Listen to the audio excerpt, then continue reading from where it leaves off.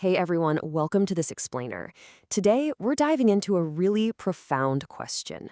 What does it actually mean to live a successful, fulfilling life? The source material we're unpacking today totally flips the script on conventional wisdom. We're going to be connecting some surprising dots here, bridging society, respect, economics, and get this, even how artificial intelligence fits into the future of human happiness. So let's just jump right in with a massive question that kind of challenges our everyday assumptions. What does it truly mean to live well? I mean, if you ask 10 different people on the street, you'll probably get 10 different answers, right? Mostly revolving around, money, status, or maybe just kicking back and relaxing. But our source material argues that we need to completely strip those preconceived notions away. To really understand how to live a good life, we have to rebuild our definition of well-being from the ground up. The text uses a really great analogy to contrast the old idea of wealth with the new one. Back in the day, people thought living well literally just meant having enough cash to eat expensive meats, like beef or lamb. That was the benchmark. But that's the outdated definition. The true definition of living well isn't about what's on your dinner plate at all. It's entirely about the environment you create around yourself and the principles you choose to live by. Honestly, if your environment is toxic, no amount of expensive food is going to make you truly wealthy. Section 1. The core philosophy, the progression of human fulfillment. Okay, so true success is actually a progression. It requires moving through 4 very distinct steps. And no, you can't just skip to the end. Step 1 is simply finding joy in your own life and your own actions. When you're genuinely joyful, it naturally radiates outward, and that allows you to transition to step 2, creating happiness for yourself and the people immediately around you. But, and this is absolutely crucial, happiness isn't the finish line. When you live a joyful, happy life that actually benefits others, you naturally hit step 3, which is earning respect. And the source emphasizes that when the public truly respects you, you reach step 4. At that point, you essentially fulfill all your wishes. You're no longer frantically chasing your desires, they just materialize effortlessly because of that rock-solid foundation of respect you built. And man, doesn't this just hit the nail on the head regarding our modern workplace? The source points out a glaring crisis in society today, a complete and total lack of mutual respect. Think about it. We have people in positions of power, managers, executives, politicians, who constantly demand obedience, but they haven't actually earned the respect of the people working under them. The text argues firmly that true leaders literally cannot exist without being respected by those beneath them. Actually, if your subordinates don't respect you, you aren't really above them in any meaningful way. You're just managing. You're not leading. And without that mutual respect, achieving that ultimate state of happiness we just talked about, that's completely impossible. Section 2, the paradigm shift. Enter the social parent. So, what exactly is a social parent? In the original Korean text, it's referred to as sahwe bumo. Well, it has absolutely nothing to do with biology or having literal kids. It's a really powerful metaphor for a completely new kind of leadership. A social parent is someone who looks at the world and says, you know what? I'm going to take responsibility for this.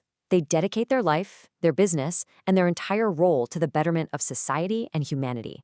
And by doing that, by acting as a genuine caretaker for the public good, they naturally earn that elusive universal respect we were just talking about. It's a massive shift. It's moving from what can I extract from society to how can I nurture society. Now get this, the source makes a really bold claim here. 10 years. The speaker states that if South Korea fully adopts this social parent model and focuses its collective energy on global welfare, it will take exactly 10 years for the entire world to look upon the nation with immense respect. I know it sounds like a staggering timeline, but the logic is pretty airtight. If a group of people, or even an entire nation, pivots their whole operational model toward actively benefiting humanity instead of just chasing profit, global recognition and profound respect are going to follow incredibly quickly. Section 3. The economics of altruism, the reward system. Right, so you might be wondering, how on earth do I pay my bills if I'm spending all my time helping humanity? We all have to survive, right? Well, the source gives a great historical comparison. In the past, institutions like the Vatican literally sold tickets to heaven, indulgences, to gather resources from the public by promising these abstract future rewards. Today's paradigm strictly rejects that. We can't sell empty promises anymore. The new model requires us to earn our resources by actively building practical, earthly solutions. We have to create real welfare systems, vibrant cultural initiatives, and innovative education. We have to provide tangible value to humanity right here, right now. There's this fantastic quote from the text that sums this up perfectly. When you contribute to human prosperity, humanity provides the backing you need to live joyfully. I absolutely love this because it completely flips traditional capitalist anxiety right on its head. The argument is that you don't need to greedily hoard resources if your primary output is genuine, undeniable societal value. Basically, you become a giant magnet. This means you no longer have to constantly stress about basic survival economics. Your dedicated focus on global contribution naturally attracts all the investments, the creative energy, and the physical resources you need. Think about it. People want to invest in real solutions. Society naturally funnels its resources toward the individuals and organizations that are actively healing it and pushing it forward. So your thriving is just a natural byproduct of your giving. Section 4. Generations, AI, and the future. How to execute the new paradigm. Okay, let's break down who is actually going to pull this off. According to the source, each generation has a very specific spiritual and societal role to play. The baby boomers are viewed as the sky or the ancestors. They did the heavy lifting to lay the foundational infrastructure, and now they operate on a higher sort of advisory level. Then you have Gen X acting as the seniors or uncles. They're in the trenches right now, guiding the present with their hard-earned experience. And finally, the digital generation, the youth. They are the hope. They've got the fresh energy and the sheer technological fluency required to actually execute this monumental future. But here's the catch, and it's a big one. Gen X and the digital generation literally cannot afford to stay divided. The source is absolutely adamant about this. They have to merge their experience and boundless energy into one unstoppable, unified group. The older generations, the uppers, desperately need the fresh perspectives and execution speed of the lowers. And of course, the younger generation needs the wisdom and stability of the elders.